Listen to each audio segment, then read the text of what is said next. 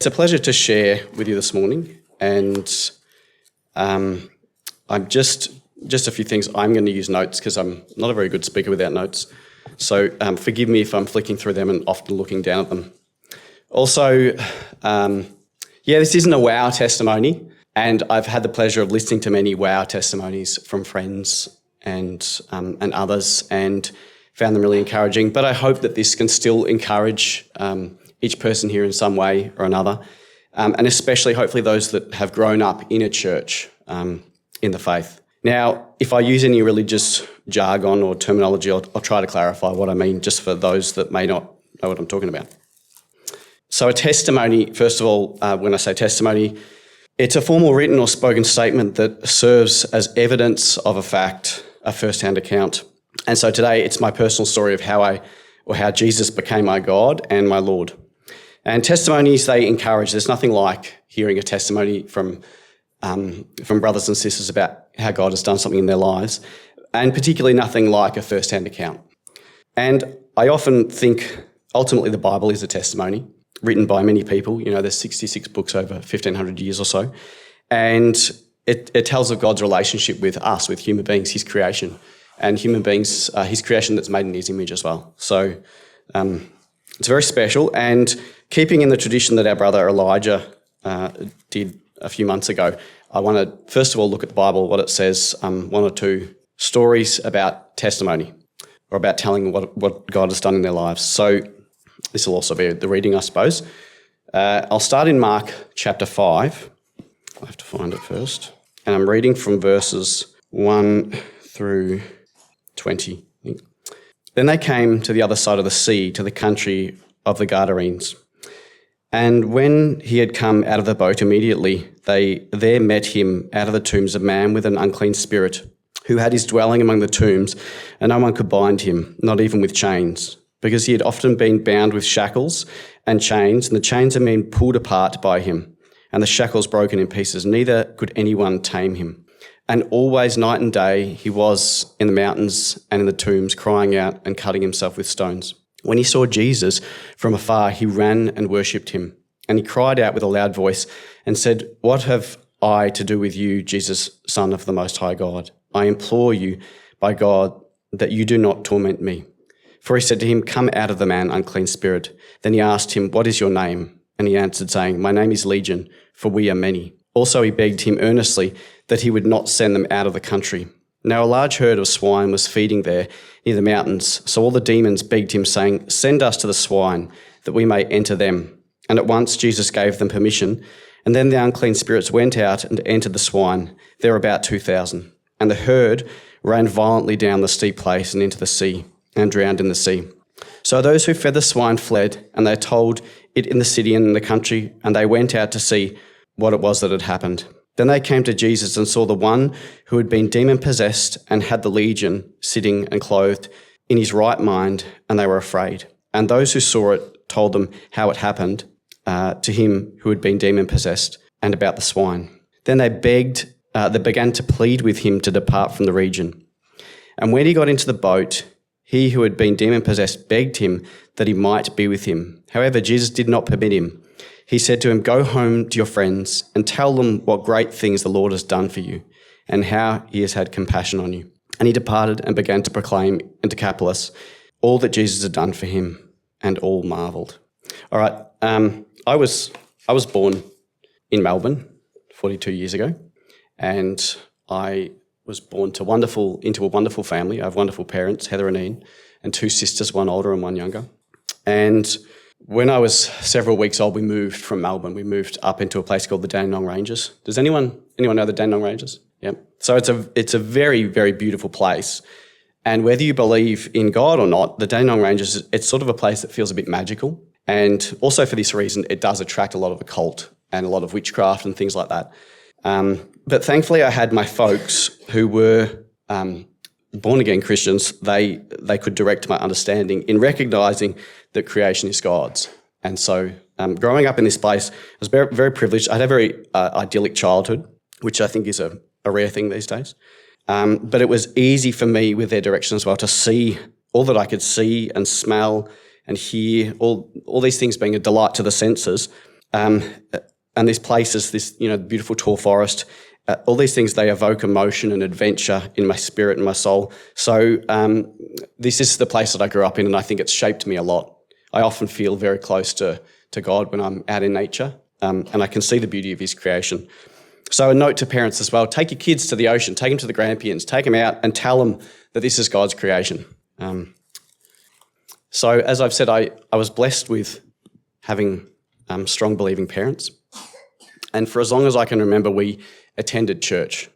And it was, it's St. Michael's All Angels in Kalorama. So it's a beautiful, if anyone knows, it's a beautiful little stone church in a lovely setting. And it's quite well known in the area, so much so that it's featured often in like shows like Neighbours, where they've had their weddings there, because it is a really beautiful spot. It was a lovely building and they were lovely people. But it was a very traditional church. So it was an Anglican church. And I'm going to explain a little bit about Anglican churches. So as I said, many of you, I'm just preaching to the saved, but many of you know that the Anglican church, I suppose it's very eclectic from church to church, and you'll have probably more than any other denomination, it changes on the spectrum from what you call High Anglican, which is almost Catholic, which is filled with ceremony and liturgy, and I can go into that more in a minute. And on the other end of the spectrum, you've got almost charismatic Pentecostal Anglican churches. I can think of one in Melbourne, St Hilary's in Kew, which is like this. So our church was probably in the middle, probably a bit more High Anglican, and we had a lot of liturgy, and by that I mean we used patterns of worship. There was ceremony. We had a hymn book that we used for everything. We had a prayer book, and we'd all collectively read the prayer book. There was no autonomy. No one can get up and share their testimony. There was ceremony, sacraments, and this is what I knew as church. And I found it particularly interesting and strange at the same time that our minister, our reverend, he was a lovely man, Doug. He's still alive, actually. Whenever he would dress in his clothes, and they would have the procession, with a cross that come up. And whenever you spoke to him, he was just had a normal voice. But as soon as he was in church mode, he would speak like this. And it was just really strange as a kid. And I'm sure some of you have also experienced this in different churches. So this is what I knew as church. This is what I knew as Christianity. And also as a child, I did have a belief in God and a knowledge of good and evil, thanks to my parents as well. And I prayed, and I prayed to God, asked for forgiveness. I had an understanding of sin. When I say sin, obviously, I'm talking about, amongst other things, it's a rebellion against God in my heart, representing, a failure to love God and others, self-centered approach to life that is deliberately ignoring God's desire and heart. So, sin towards others and towards God. Ultimately, God says it's towards him, our sin. But I was a rebellious child and also a teenager. And if there was any trouble to be had or any adventure, then I'd have it. And I was constantly getting into trouble with my parents, with my teachers, sometimes the law. So as I grew as a teenager, I learnt more and more to live this double life. I was a really good Pharisee or a really bad one. And obviously the Pharisees, they were a Jewish sect in the time of Jesus, and they were very good at being legalistic, saying all the right things, but they were enemies of God, and according to Jesus, they were big opponents to him, and they weren't right with God in their hearts. So there was this great hypocrisy in their lives. But that was me. I was a great Pharisee, or a bad one. I would give lip service to God and say the right things at the right time, but in my heart and with my peers, I'd do according to my will. So this created a bit of a divide in me, like a great divide that got bigger and bigger with time. But remember, I was still a Christian. I believed in God. At 17, life changed a lot because our little church, our congregation, we got a youth pastor named Scott and his fiancée Christina.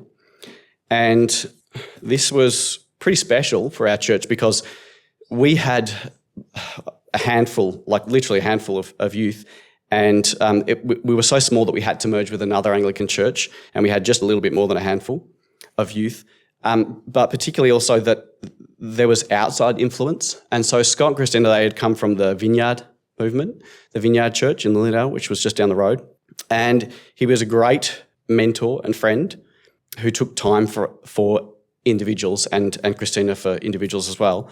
And he really wanted us to grow in our faith and talked about deep things. So after getting to know us, he'd really commit time to us and really just ask us challenging questions.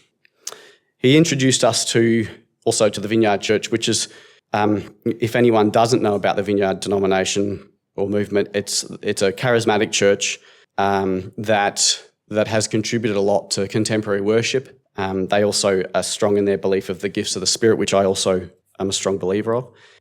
But it was refreshing to have a different perspective because, as I said, up until then, all I had was this tradition and this religion.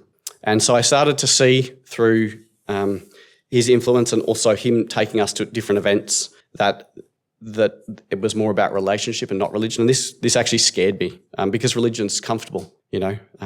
You're not accountable with religion, I find. So it was in this time as well, at 17, that I first learned about the Holy Spirit. Now, this might sound strange. I'd grown up in the church and with great parents who taught me lots of things, and they probably said to me many times about the Holy Spirit, but I was just completely oblivious to it. And so I learned about the Holy Spirit being a personal part of God and also gifts of the Spirit and so forth. And this was all great, but then uni started.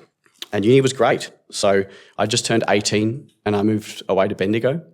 And it was a wild year of making great friends and in a close-knit community.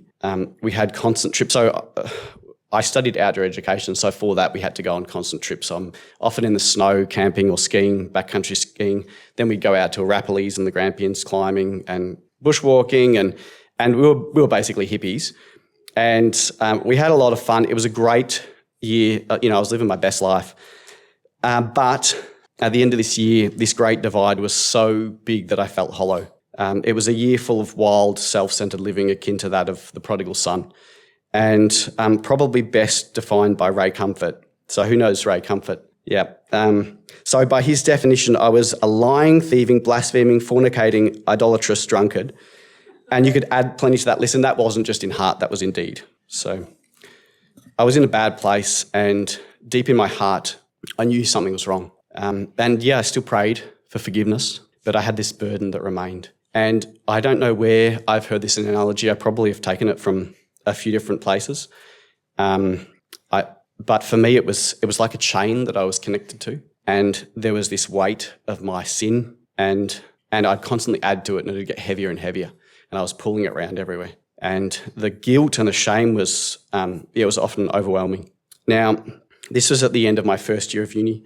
We still had contact with our youth pastor because he was doing great things back home. And I'd agreed, because he'd invited us, he'd talked for years about this amazing conference called Soul Survivor that was an annual event up at the Belgrave Heights Convention Centre.